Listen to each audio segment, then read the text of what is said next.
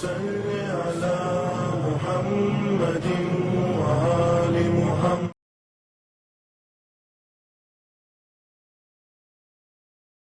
اعوذ باللہ من الشیطان الرجیم. بسم اللہ الرحمن الرحیم.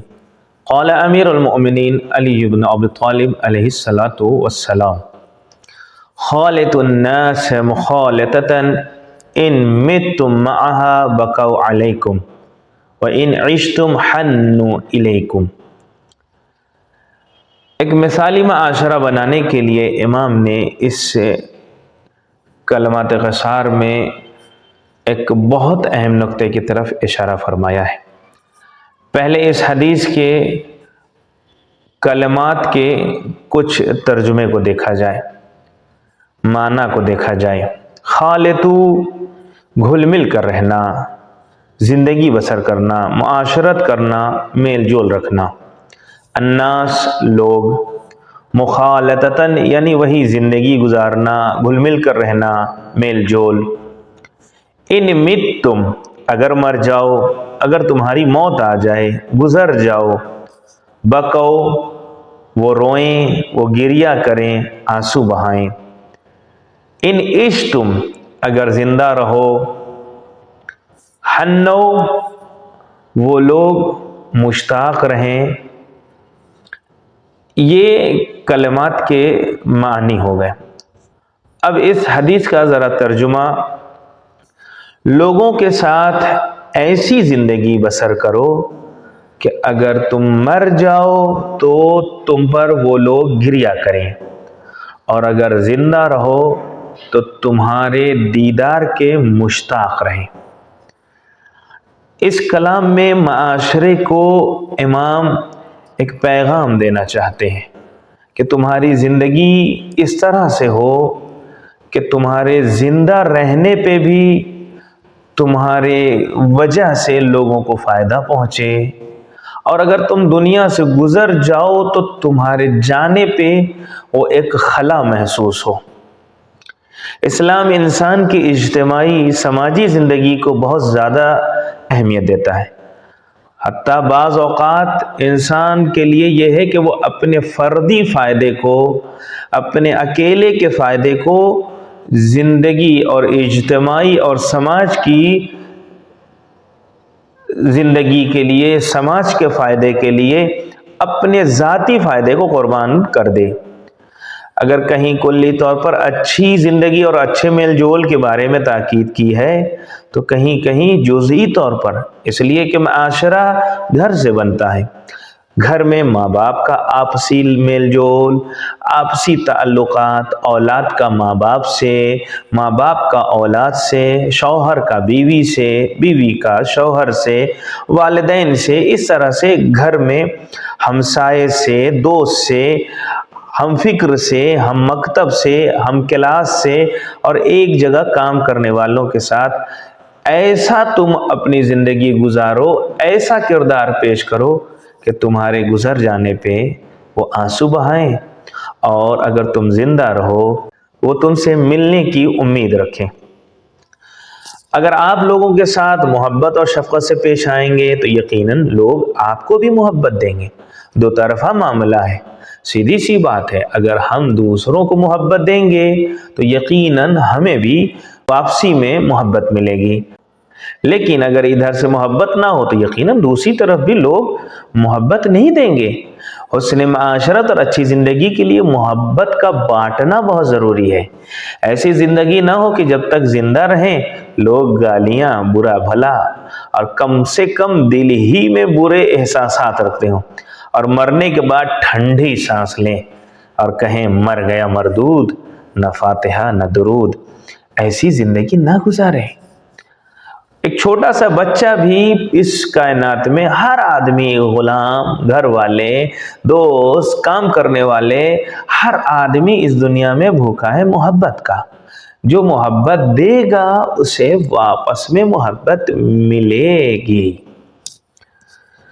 پیغمبر اکرم صلی اللہ علیہ وآلہ وسلم نے ایک حدیث میں ارشاد فرمایا، اور جس کے اندر رسول نے بتایا اسلام کی نشانی ایک یہ ہے کہ انسان لوگوں سے اچھا تال میل، اچھا میل جول رکھیں۔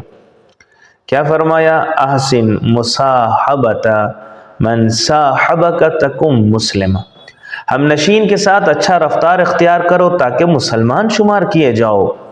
اتنا ہی نہیں، امام جعفر صادق علیہ السلام نے شیعوں کی ایک بنیادی شرط کہ تم اگر شیعہ ہو تو تمہاری بنیادی شرط ایک یہ ہے، انہو لیس منا من لم یحسن صحبت من صحبہ ومرافقت من رافقہ، جو اپنے دوست کے ساتھ اچھا برتاؤ اور رفیق کے ساتھ اچھی رفاقت نہ کرے وہ ہم میں سے نہیں ہے، یعنی وہ شیعہ نہیں ہے۔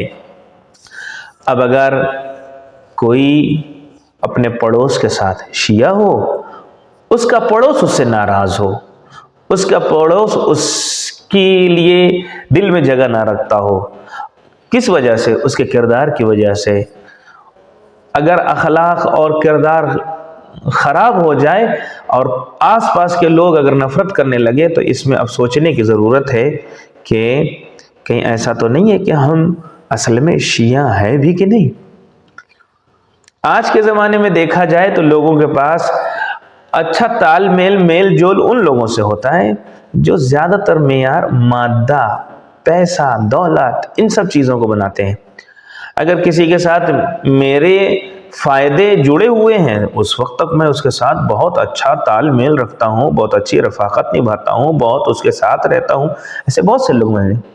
جب تک پیسہ ہے تب تک آپ کے بہت اچھے دیکھ بھال، آپ کے دوست، آپ کے چاہنے والے، آپ سے ملنے والے، مصافحہ کرنے والے، اس طرح کے بہت سے لوگ مل جائیں گے۔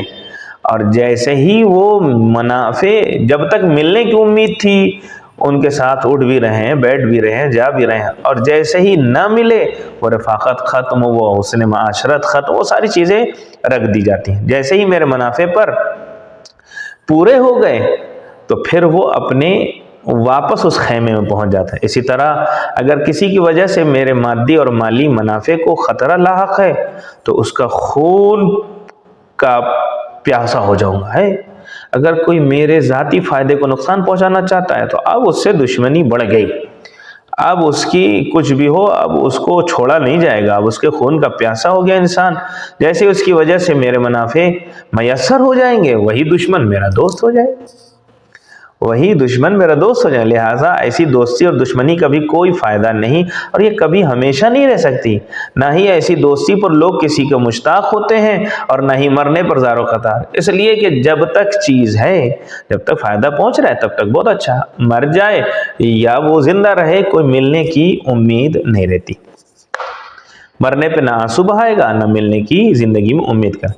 اب تو گھر سے باہر کے لوگوں کے ساتھ اچھے معاشرت اور میل جول کی بات تو دور ہے، اب تو گھر کے اندر بھی معاملات خراب ہو چکے ہیں، احترام ختم ہو چکا، محبت نہیں ہے، خلوص نہیں، رواداری نام کی کوئی چیز اب بالکل موجود ہی نہیں ہے، جس کی وجہ سے اکثر گھروں کے اختلافات کی بنیاد انہی وجہ سے عدالت تک پہنچ گئے۔ عدالت تک جب پہنچے، جب ایک دوسرے سے برداشت کرنے کی صلاحیت ختم ہو گئی، بس ایک دوسرے کو گرانا، اپنے ذاتی مفاد کے حاصل کرنے کے لیے تک و دو میں لگے رہنا، کوشش کرتے رہنا، پھر ایک بہت بڑی تعداد کورٹ تک پہنچ گئی اور لوگ ایک دوسرے کے حوالے سے الزام تراشیاں کرنے لگے۔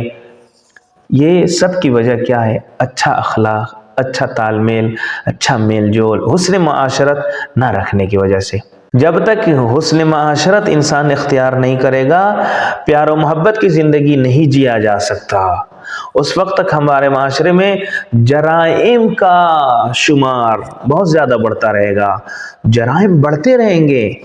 ایک اچھا اسلامی اور قرآنی معاشرہ بنانے کے لیے ضروری یہ ہے کہ ہم لوگوں کے ساتھ اچھا برتاؤ کریں، ان کے ساتھ اچھا سلوک کریں۔ اب یہ ایک غلط فہمی ہے جس کی وضاحت بہت زیادہ ضروری ہے۔ جن آیات اور روایات میں اچھا برتاؤ کرنے کا حکم دیا گیا ہے، اچھا معاشرہ رکھنا، اچھا تال میل، گھل مل کر رہنے کی تاکید کی گئی ہے، ان کو پڑھنے کے بعد بعض اوقات کچھ لوگ ایک خطرناک اور غلط نتیجہ نکال لیتے ہیں۔ وہ یہ ہے کہ معاشرے کے ہر فرد کے ساتھ خوشی کے ساتھ ملو، چاہے وہ اچھا کردار والا ہو چاہے برا کردار والا. اگر سامنے والا ایک تھپڑ مارے تو اپنا دوسرا گال اس کے لیے پیش کر دیا جائے. کوئی معاشرے میں برائی کر رہا ہو, معاشرے کو خراب کر رہا ہو, جوانوں کی زندگی کو تباہ کر رہا ہو, الغرض معاشرے میں کوئی کچھ بھی کرے, ہمیں ہر کسی کے ساتھ اچھا برتاؤ رکھنا ہے. ایک غلط نتیجہ لوگوں نے اختیار کیا, جبکہ مولا کائنات کا خود فرمان ہے, دوسری آیات و روایات سے ہرگز یہ معنی نکلتا بھی نہیں ہے. مولا خود اس شخص کے بارے میں جو معاشرے کی اچھائی, برائی, خیر و شر اور ترقی اور تباہی کے سامنے خاموش تماشائی بنا رہتا ہے, امام فرماتے ہیں ان میں سے ایک وہ ہے جو نہ زبان سے, نہ ہاتھ سے, نہ ہی دل سے برائی کو روک تھام کرتا ہے, تو یہ چلتی پھرتی زندہ لاشیں ہیں. یعنی اس کا مطلب یہ نہیں ہے کہ ہر آدمی کے سامنے اچھا بن کے رہے, چاہے غلط ہی کیوں نہ ہو سامنے والا. نہیں, ہمیں سمجھنے کی ضرورت ہے. جب تک ان دونوں حدیث کو ایک ساتھ رکھا نہیں جائے گا تب تک نتیجہ ہاتھ نہیں لگے گا. مولا کے کلام کا ہرگز مطلب یہ نہیں ہے کہ تم تماشائی بن جاؤ, بروں کے ساتھ بھی اچھے ہو جاؤ. یہ کتنی غلط بات ہے. برائیوں کے مقابلے میں خاموش رہنا نہیں چاہیے, یا اس سے بڑھ کر شریف کی شرافت پہ داد دیا جائے. کچھ معاشرے میں ایسے بھی لوگ ہیں, آپ ایسے مجمع کو بھی دیکھیں گے, جو غلط خطیب, غلط شاعر, غلط عقیدہ رکھنے والے پہ بھی داد دیتے ہیں, اور اچھے مولانا اور اچھے ذاکر اور اچھے شاعر کے شعر پہ بھی داد دیتے ہیں. ان کو پتہ ہی نہیں ہے کہ کیا صحیح ہے کیا غلط ہے. سب بس ہو رہا ہے مدح مولا ہے, اللہ علی کا نام لیا جا رہا ہے, ارے ذکر اہل بیت, اور سب ٹھیک ہے. نہیں, عجیب بات ہے. شرافت کی شرافت پہ بھی داد دیا جائے اور مجرم کی جرم پہ بھی تالیاں بجائے جائے. یہ ایک اچھے معاشرے اور سماج کی پہچان نہیں ہے. سماج میں اور معاشرے میں اصلاح کرنے والوں کو بھی پھولوں کا ہار پہنایا جائے, اور گنڈے اور کرپٹڈ اور غلط افراد اور مجرم افراد کو بھی وہی لوگ اسٹیج کی زینت بنائیں. یہ اچھے سماج کی پہچان نہیں ہے. ہرگز اس کا مطلب یہ نہ نکالا جائے کہ ہر جگہ بس اچھا سلوک کیا جائے. بس مولا کے کلام کا ہرگز یہ معنی نہیں کہ اچھے کے ساتھ بھی اچھا اور برے کے ساتھ بھی اچھا, نہ, بلکہ مولا کے کلام کا مطلب یہ ہے عوام الناس کے ساتھ اچھی معاشرت اور اچھا برتاؤ رکھو, لیکن اگر کوئی مجرم ہے تو, اور اگر کوئی علل اعلان گناہ کر رہا ہے تو پھر اس کے سامنے اچھا برتاؤ نہیں, بلکہ اس نے اللہ کے بندوں کا حق مارا ہے. جب بندگان خدا کی اس نے حرمت کا خیال نہیں رکھا تو پھر تمہیں بھی اب اس کی حرمت کا خیال نہیں رکھنا ہے. ایسے بھی معاشرے میں بہت سے لوگ پائے جاتے ہیں, جب کسی کا انتقال ہوتا ہے تو لوگ بے چین ہوتے ہیں.